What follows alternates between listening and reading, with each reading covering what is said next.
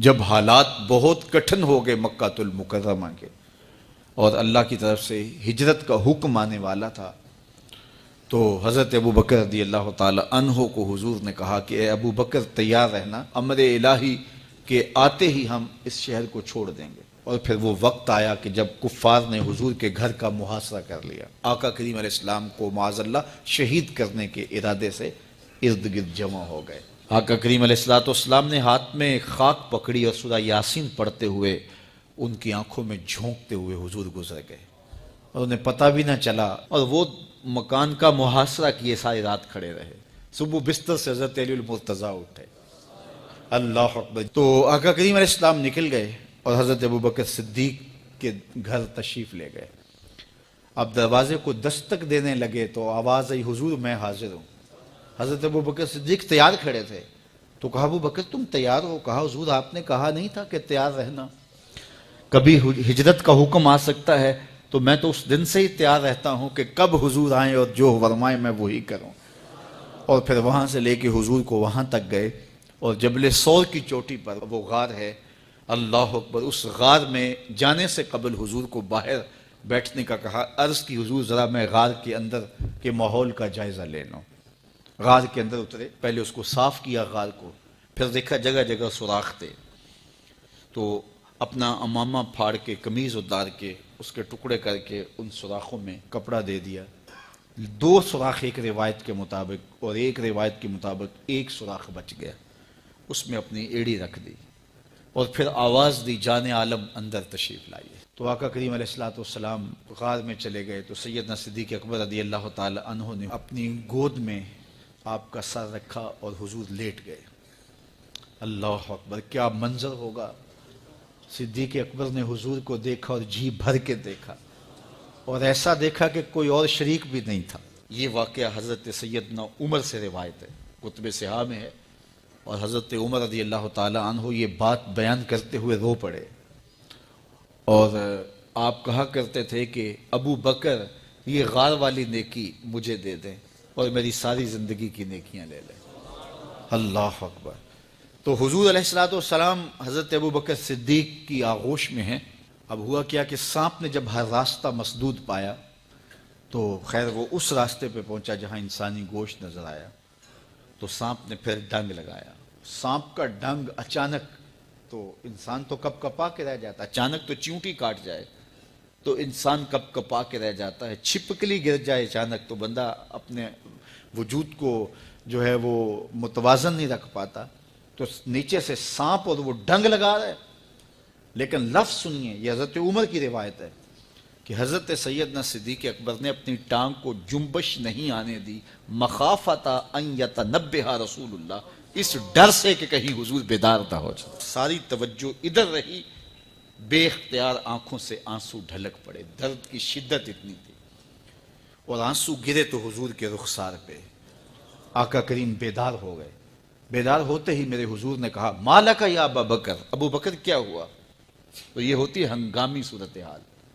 ہنگامی صورتحال میں کسی کو پکاریں یا کسی کو کوئی جواب دیں تو مروجہ آداب کی رعایت کے ساتھ جو لفظ بولے جاتے ہیں وہ ترک کرنے پڑتے ہیں۔ اس مائک میں کرنٹ تھا، تو میں قریب ہونے لگا، تو آپ نے مجھے متنبہ کرنا تھا، تو میرے ساتھ آپ بہت پیار کرتے ہیں، بہت محبت کرتے ہیں، تو آپ نے اگر مجھے یہ بتانا ہو کہ اس میں کرنٹ ہے اور اگر آپ نے منہ قریب کر لیا تو آپ کو نقصان پہنچ سکتا ہے، تو میرے نام کے ساتھ 20 القاب لیں گے؟ آپ نہیں لیں گے، آپ جلدی جلدی جو ہے وہ مجھے کہیں گے جناب یہاں کرنٹ ہے، تو میں یہیں سے رک جاؤں گا۔ یہ تو ہے کہ آپ میرے لیے کر رہے ہیں، اور اپنے لیے کسی کو پکاریں تو پھر بھی یہی بات ہے۔ اللہ اکبر۔ اب حضور نے جب کہا نا مالک یا ابا بکر، ابو بکر کیا ہوا، تو اب ہنگامی صورتحال تھی نا، تو فوراً کہتے لدغت، ڈسا گیا، مجھے سانپ نے ڈس لیا، فوراً یہ کہتے نا۔ لیکن حضرت ابو بکر تیری محبت پہ قربان، کائنات میں آپ نے ایسا عاشق نہیں دیکھا ہوگا، سانپ ڈنگ پہ ڈنگ لگا رہا ہے اور ٹانگ شل ہو گئی ہے، زہر سرایت کر گیا ہے۔ حضرت ابو بکر نے جواب دیا، لدغت فداک امی و ابی یا رسول اللہ، حضور میری ماں بھی آپ کے قدموں پہ قربان، میرا باپ بھی آپ کی راہوں پہ نچھاور، مجھے سانپ نے ڈس لیا ہے۔ تو اس مشکل وقت کے اندر بھی ادب کا کرینہ نہیں چھوڑا۔ جب معراج کا واقعہ ہوا تو یہ بہت عجیب و غریب واقعہ تھا۔ تو آقا کریم نے جب اعلان کیا کہ بتایا کہ اللہ نے یوں مجھے خلوتوں میں بلایا، تو قریش نے سمجھا کہ اس سے بڑھ کر اور موقع کیا ملے گا پراپیگنڈے کا۔ تو کہا ابو بکر کوئی نئی بات سنی ہے؟ کہا تم سنا دو۔ کہا اگر کوئی کہے کہ رات کی مختصر تنہائی میں مسجد حرام سے مسجد اقصیٰ تک پہنچا ہوں، پھر وہاں سے واپس بھی آ گیا ہوں، تو بات ماننے میں آتی ہے؟ آپ نے برجستہ کہا بالکل ماننے میں نہیں آتی۔ اتنے مختصر وقت میں مسجد اقصیٰ جائے اور پھر پلٹ کے بھی آ جائے، کم از کم 2 ماہ چاہیے۔ 1 مہینہ جاتے ہوئے لگتا ہے، 1 مہینہ آتے ہوئے لگتا ہے، کوئی چھو کے بھی آئے تو 2 ماہ چاہیے۔ تو سمجھا کہ لوہا خوب گرم ہو گیا، اب چوٹ ٹکانے پہ بیٹھے گے۔ کہا ماننے میں نہیں نہ آتی؟ کہا بالکل نہیں ماننے میں آتی۔ تو کہا پھر تیرا یار ہی تو کہتا ہے۔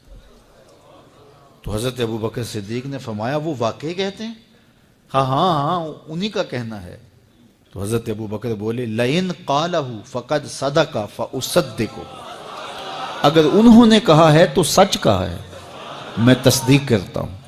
کہا ابھی تو تم کہہ رہے تھے کوئی کہے تو ماننے میں نہیں آتا، کہا کوئی کہے تو اب بھی نہیں مانوں گا، وہ اس سے بھی عجیب کہے تو مان لوں گا۔ اللہ اکبر۔ فَبِذَلِكَ سُمِّيَ صدیق، علماء نے لکھا یہ وہ وجہ تھی جس کی وجہ سے آپ کو صدیق پکارا جانے لگا۔ معراج کی تصدیق کی اور صدیق کہلائے۔ صدیق تصدیق سے بھی ہے، اور ساری زندگی آپ نے جھوٹ زبان پہ نہیں آنے دیا۔ آپ کی طبع میں جو صداقت رچی بسی تھی، بلکہ ایک مشکل وقت آیا آپ پر، وہ جب حضور علیہ السلام کو اللہ کا حکم ہوا اور ہجرت کر کے حضور مکہ سے مدینہ کی طرف عازم سفر ہوئے، تو حضرت سیدنا صدیق اکبر رضی اللہ تعالیٰ عنہ ساتھ تھے۔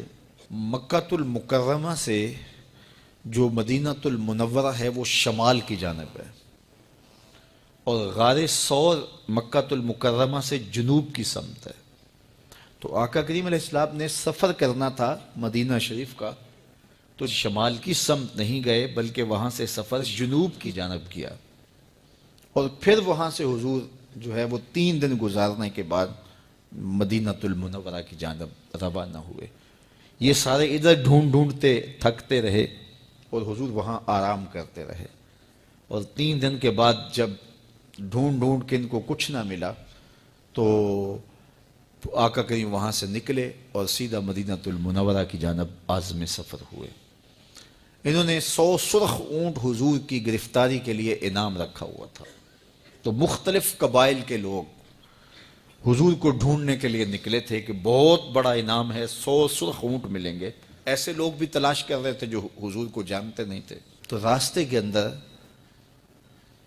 حضرت ابو بکر صدیق سے کوئی شخص ملا اور اسے شک پڑا کہ جن کو میں ڈھونڈ رہا ہوں کہ وہ کہیں یہی نہ ہو۔ تو اس نے حضرت ابو بکر صدیق سے پوچھا آپ کا نام؟ تو انہوں نے کہا میرا نام عبداللہ ہے، ابو بکر ہوں۔ تو اس نے پھر حضور کا پوچھا۔ اب حضور کو وہ ڈھونڈ رہے ہیں، آج امتحان آیا نا، صدیق اکبر کی صداقت کا امتحان آ گیا اور عشق کا امتحان آ گیا۔ اگر کہیں یہ حضور ہیں تو عشق گوارا نہیں کرتا کہ یہ گرفتاری عمل میں آئے، اور اگر کہیں کہ یہ حضور نہیں ہیں تو ابو بکر صدیق کیسے رہیں گے؟ آج کل تو وہ سڑکیں بن گئی ہیں اور سائن لگے ہوئے ہیں، آپ اکیلے یہاں سے نکلیں تو جہاں جانا چاہیں خود جا سکتے ہیں۔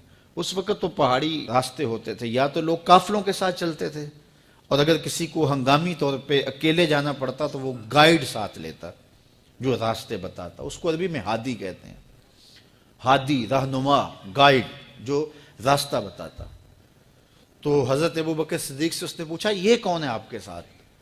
تو حضرت ابو بکر صدیق بولے ھذا ھادی یہدینی الی صراط المستقیم، یہ میرا ہادی ہے جو مجھے سیدھی راہ پہ چلا رہا ہے۔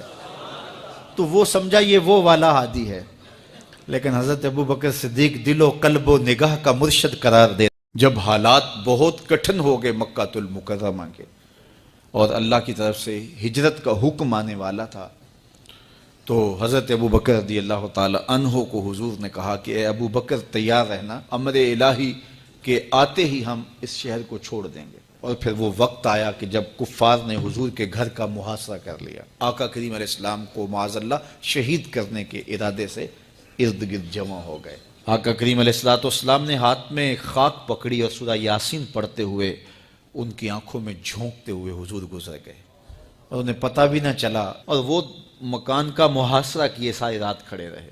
صبح بستر سے حضرت علی المرتضیٰ اٹھے، اللہ اکبر۔ تو آقا کریم علیہ السلام نکل گئے اور حضرت ابوبکر صدیق کے گھر تشریف لے گئے۔ اب دروازے کو دستک دینے لگے تو آواز آئی، حضور میں حاضر ہوں۔ حضرت ابوبکر صدیق تیار کھڑے تھے، تو کہا ابوبکر تم تیار ہو؟ کہا حضور آپ نے کہا